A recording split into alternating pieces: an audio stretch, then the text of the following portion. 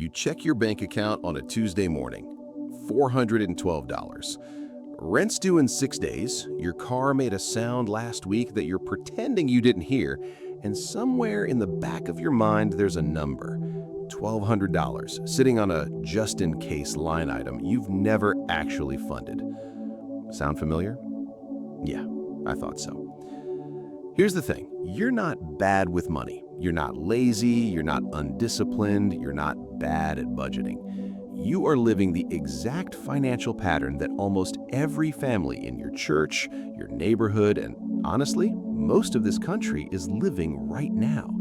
Paycheck in, paycheck out, and one flat tire away from a crisis. And what's wild to me, what genuinely keeps me up at night, is that the fix for this was written down over 3,500 years ago by a guy who went from a prison cell to running the entire economy of Egypt. And almost nobody teaching Christian finance today is actually using his method correctly. My name is Coach Fontes, and I spend way too much time thinking about biblical wealth and Christian finance and investment life. If you're someone who describes the financial struggle I just laid out, living close to the edge, feeling like every month is a scramble, you are exactly who this video is for. Make sure to hit the subscribe button and give this video a thumbs up if this helps you out, because look, what I'm about to walk you through isn't a gimmick. It's math, it's scripture, and it's a strategy that, if you apply it correctly, is worth about $7,500 a year in your pocket. Not from a side hustle, not from a raise, but from something you're probably already doing wrong. Now, here's where I want to challenge something almost every Christian financial teacher tells you, and I want to do it early because if I don't, the rest of this video won't land. You've heard save 3 to 6 months of expenses your whole life, right? It's on every podcast, every blog, every Sunday finance seminar. And look, it's not wrong, but here's what most people don't realize. That number isn't biblical. It's not wrong to use it, but it's incomplete. It's a modern financial planning shortcut that got slapped onto Christian teaching because it sounded reasonable. The actual biblical blueprint for financial preparedness isn't a 3 to 6 month cushion. It's a 7-year cycle. And once you understand why, the entire way you think about saving, investing, and emergency funds is going to shift. Let's go to Genesis 41. Joseph, sold into slavery by his own brothers, thrown in prison on a false accusation, gets pulled out of a dungeon because he can interpret dreams. Pharaoh's had this recurring nightmare: 7 fat, healthy cows, then 7 gaunt, sickly cows that eat the fat ones, 7 plump heads of grain, then 7 withered ones that swallow them whole. Joseph tells Pharaoh what it means. 7 years of abundance are coming to Egypt, followed by 7 years of severe famine. And then, this is the part everybody skips over, Joseph doesn't just predict it, he gives Pharaoh an action plan. Genesis 41:34-35 says Pharaoh should appoint officials to collect 1/5 of the harvest during the good years and store it up for the famine that's coming. 1/5, 20%, during the good years. Now, stay with me because here's where it gets really interesting. Egypt did this.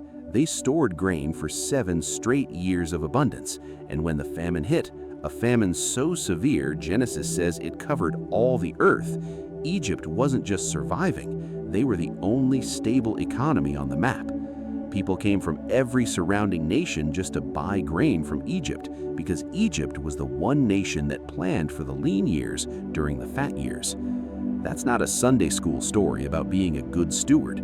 That's a documented 7-year, 20% savings rate macroeconomic strategy that saved an entire civilization. Okay, let's bring this down to your kitchen table because I promised you real numbers. Let's say you're bringing home $52,000 a year. That's roughly $4,300 a month, pretty close to a median household income in a lot of places right now. The 3 to 6 months of expenses model tells you to save somewhere between $6,500 and $13,000 and then stop, sit on it. That's your emergency fund, done. Joseph's model is different. Joseph's model says, During your years of abundance, meaning any month where income is steady and you're not in crisis, you don't save a flat dollar amount and stop. You save a percentage continuously on a cycle because you don't know how long your good years will last. 20% of $52,000 is $10,400 a year. Now here's the part that's worth real money to you. Most people who do try to save inconsistently. A burst of motivation in January, nothing by March, panic saving in November. Behavioral finance research consistently shows that irregular savers accumulate 30 to 40% less over time than people on an automated fixed percentage plan, purely because of missed months and I'll catch up later thinking. Let's do that math. If inconsistent saving costs you roughly 35% of your potential savings, and your target under Joseph's model is $10,400 a year, that inconsistency is quietly costing you somewhere between $3,600 and $7,500 a year, money that should be sitting in your emergency fund or your investment account, but instead evaporated into good months that never got captured. That's the number in the title. That's not clickbait. That's the real, measurable cost of doing what almost everyone does, saving when it's convenient instead of saving on a system. Now, you might be thinking, Coach Vanta, I know I should save consistently. Why don't I? Here's the thing. It's not a willpower problem, it's a wiring problem. Behavioral economists call it present bias. Your brain is built to weight today's needs, that dinner out, that Amazon cart, that I deserve this purchase, dramatically higher than a future benefit, even when the future benefit is bigger. It's the same reason Egypt's neighboring nations didn't store grain during the 7 good years. Why would you? The sun was out, the harvest was massive, nobody could picture famine. That's called normalcy bias. We assume tomorrow will look like today, right up until it doesn't. Think of it like this. Imagine your finances are a farm, and every dollar you earn is a seed. Present bias tells you to eat every seed today because you're hungry today. But a farmer who eats all his seed corn has nothing to plant next season and no harvest when the lean season comes.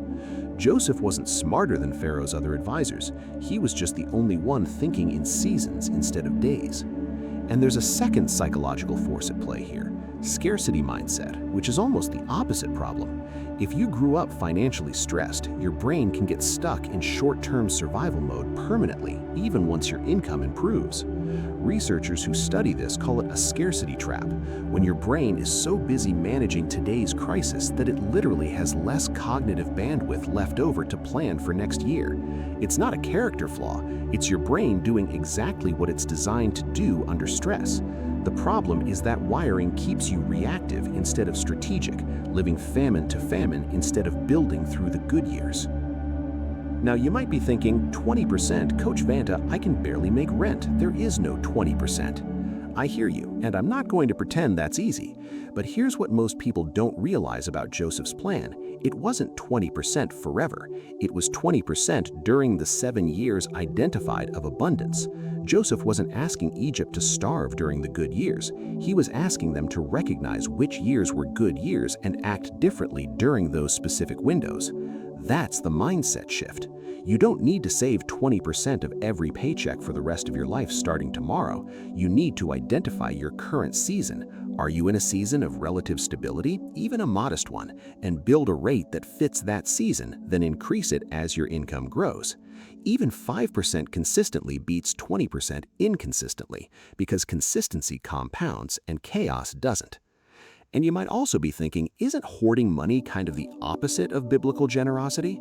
That's a fair objection, and honestly, it's the one I get the most. But look at what Joseph actually did with the stored grain. He didn't sit on it. He used it to feed Egypt, to feed the surrounding nations during the famine, and ultimately to save his own family, the very brothers who betrayed him. The purpose of the reserve wasn't hoarding. It was having the resources to be generous and stable when everyone else was in crisis. Proverbs 21:20 puts it plainly, "The wise store up choice food and oil, but the fool devours all he has."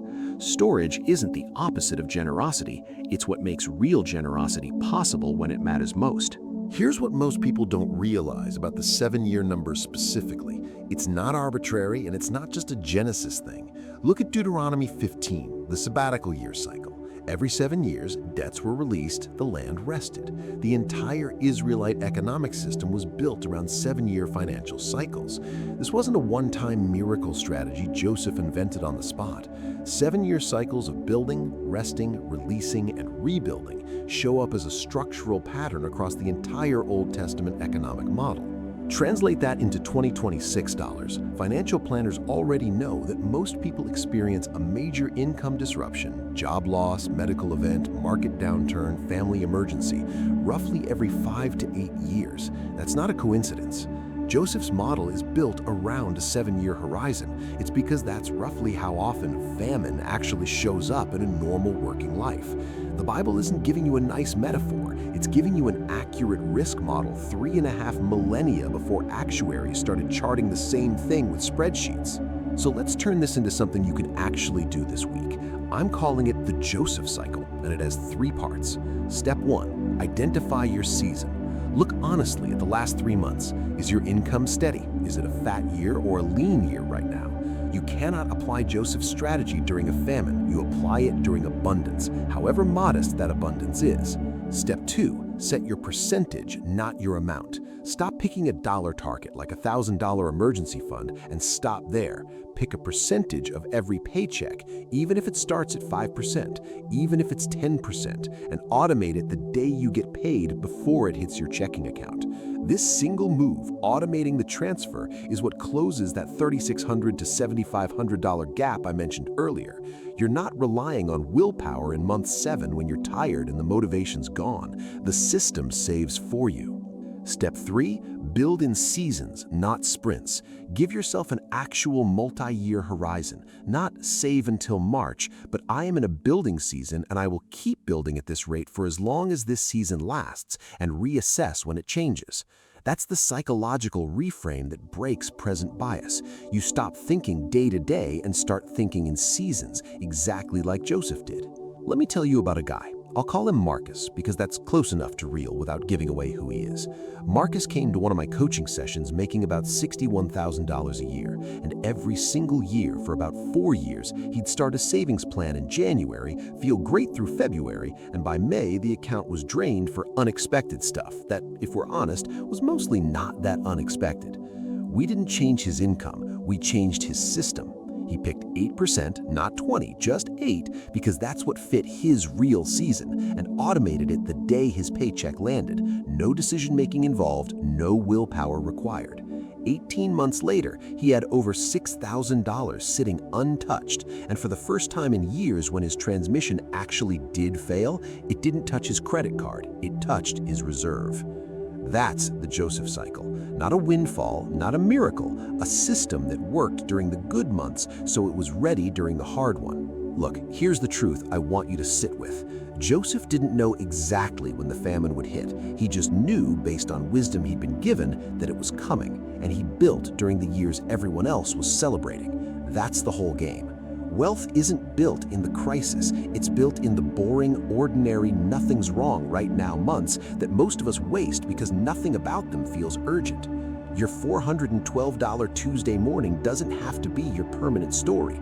It's just proof that you've been living lean year to lean year with no 7-year plan underneath you. That changes the moment you decide it changes, not with a bigger paycheck, but with a better system. So, here's what I want you to do. Pick your percentage today, 5%, 8%, whatever fits your actual season, not some number you saw on a chart.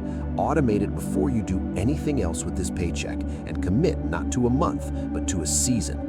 If this video helped reframe how you think about your finances, hit that subscribe button, drop a thumbs up, and let me know in the comments what percentage you're starting at, because I read every single one and I want to hear where you're starting your Joseph cycle, because the fat years don't last forever and neither do the lean ones. The question's just which one are you building for right now?